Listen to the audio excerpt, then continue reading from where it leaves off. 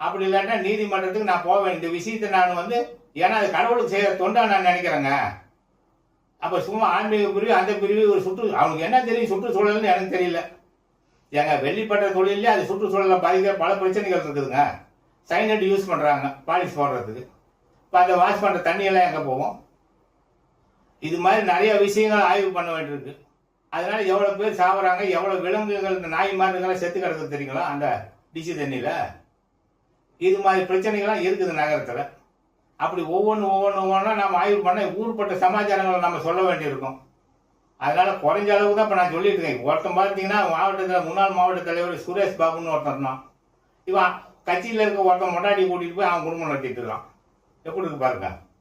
இப்போ அதை வந்து கம்ப்ளைண்ட் பண்ணுறாங்க. அப்புறம் நாங்களும் கூட சாணை கூட ஒரு 2 வருஷத்துக்கு முன்னாடி ஒரு வீடியோவில் சொல்லியிருக்கேன் அவெல்லாம் சரியில்லை அப்படின்ட்டு. அதெல்லாம் வந்து கட்சியில் கணக்கில் எடுத்துக்க மாட்டோம், நாங்கள் எதையும் கேட்க மாட்டோம். வீடியோ போட்டால் கூட நீ போட்டு போய் நீ என்ன பண்ண முடியும்னு கேட்குற அளவுக்கு இருந்தால் நம்ம என்ன பண்ண முடியும்? ஒன்றில் போராடணும், அதுக்கு மேலே இருக்கவங்க கூட சொல்லணும், சரி பண்ணணும். அப்படி சரி பண்ணல அப்படின்னு சொன்னால் அப்புறம் நம்ம வந்து 2 விதமாக ஒன்று நியாயமான முறையில் பார்க்கணும், இல்லாட்டா அப்புறம் மோதி மிதித்து விடு பாப்பான்னு சொல்கிறாரு இல்லையா பாரதியார், அந்த ரூட்டை தான் எடுக்கணும் போடுறது. அதை நம்ம செய்யலை, அதுதான் தப்பு போடுறது. ஒன்றும் இல்லை, இவங்களெல்லாம் நான் துரத்துனா கொஞ்ச நேரம் எனக்கு ஏன்னு கேட்டீங்கன்னா சேலத்தில் அவ்வளோ பேர் கொந்தளிச்சுட்டு இருக்காங்க.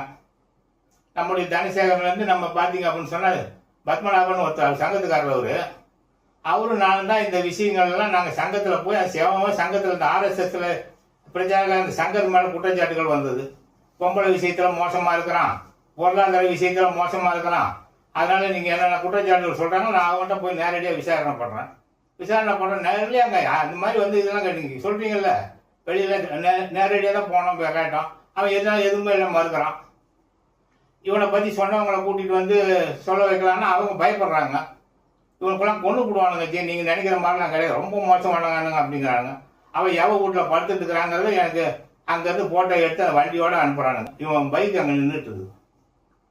இவன் எந்த பொம்பளை வீட்டுக்கு போய் படுத்துட்டுருக்கானா அங்கே 1 நாள் 2 நாள் போனால் அங்கே தான் தங்குறது படுத்துக்கிறது. இங்கே ஆர்எஸ்எஸ் ஆஃபீஸை அவ்வளோ பெருசு கட்டி வச்சுருக்காங்க சகல வசதியோட. இவனை போய் விசாரணை பண்ணும்போது அவன் சொல்கிறான், பாருங்க நான் இங்கே தான் ரூமில் இருக்கிறேன்னு மேலே கூப்பிட்டு போகிறான் ஒரு ரூமில். ரொம்ப பரிதாபமாக தான் இருக்குது. ஆனால் இங்கேயே அவர் படுத்துட்டுருக்கிறாரு, நாமளாம் பார்த்துக்கிட்டு வரோம். அப்புறம் பார்த்தீங்கன்னா பெட்டியெல்லாம் திறந்து காட்டுறாங்க. பார்த்தீங்க சார் இல்லைங்க பாருங்கள் இவ்வளோ தான் இருக்குது, இது வந்து பில்லுலாம் எடுத்து காட்டுறான் எனக்கு, ஃபோன் பில் கட்டினதுங்க அது இதுன்னு ரைட்டு. ஊருப்பட்ட பணம் சம்பாதிச்சிருக்கான். இப்போ ஆர்எஸ்எஸ்ல ஒரு முறை இருக்குங்க, குரு பூஜான்னு நடத்துவாங்க. அந்த குரு பூஜா நடத்தும் போதுங்க அந்த குரு பூஜாவில் வந்து அது வந்து ஒரு நிதி வசூல் பண்ணுற ஒரு ஆண்டுக்கான நிதி வசூல் பண்ணுறதுக்கான பேசிக்கான ஒரு ப்ரோக்ராம் அது.